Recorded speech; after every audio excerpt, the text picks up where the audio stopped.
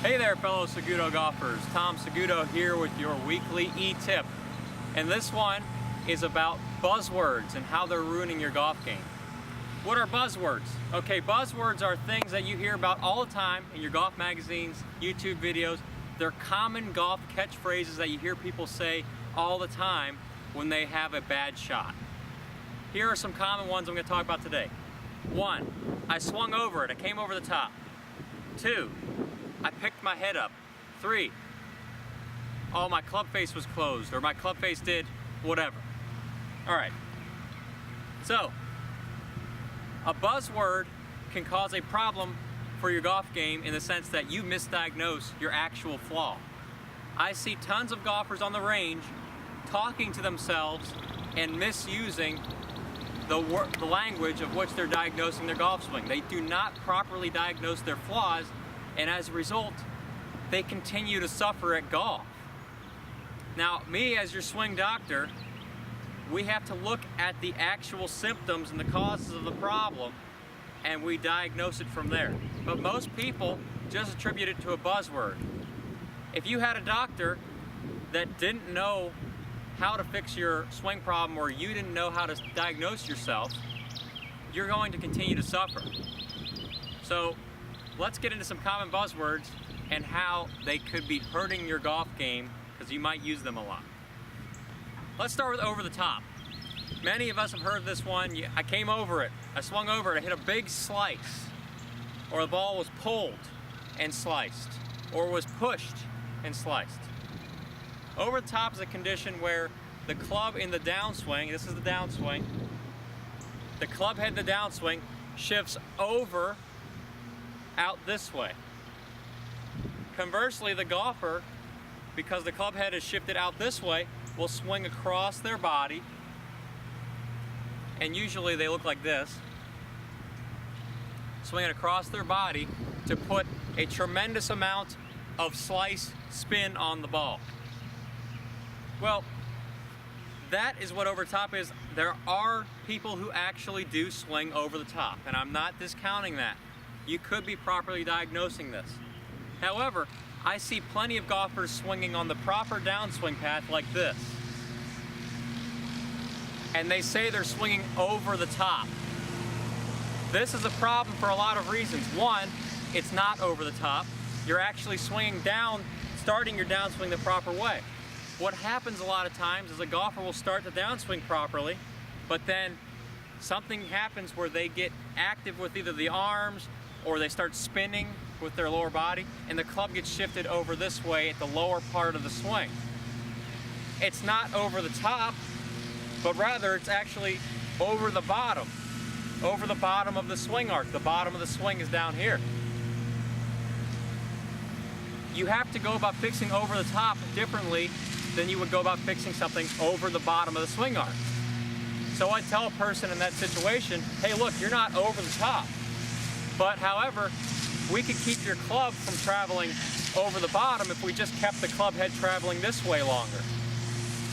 You could see how that would cause a problem, because if someone was over the top, I'd say we need to do the opposite and swing this way. That would do somebody who's over the bottom zero good. And that's why diagnosing is so important. My second one, this is one of my favorites. I picked my head up. Or my head, I came out of the shot. Well, okay, picking my head up. I picked my head up, I looked at, I've heard that overused so many times, I think it better be in the dictionary by now.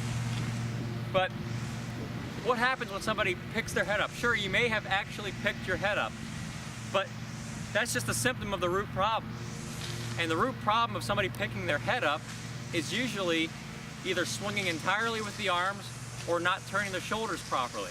So if my head is coming up, the head bone's connected to the shoulder bone, connected to the body bone. The head is just a result. So don't try and keeping your head down and swinging the same way. Fix the shoulders. Take your left shoulder, turn it under your chin, your head will stay in place.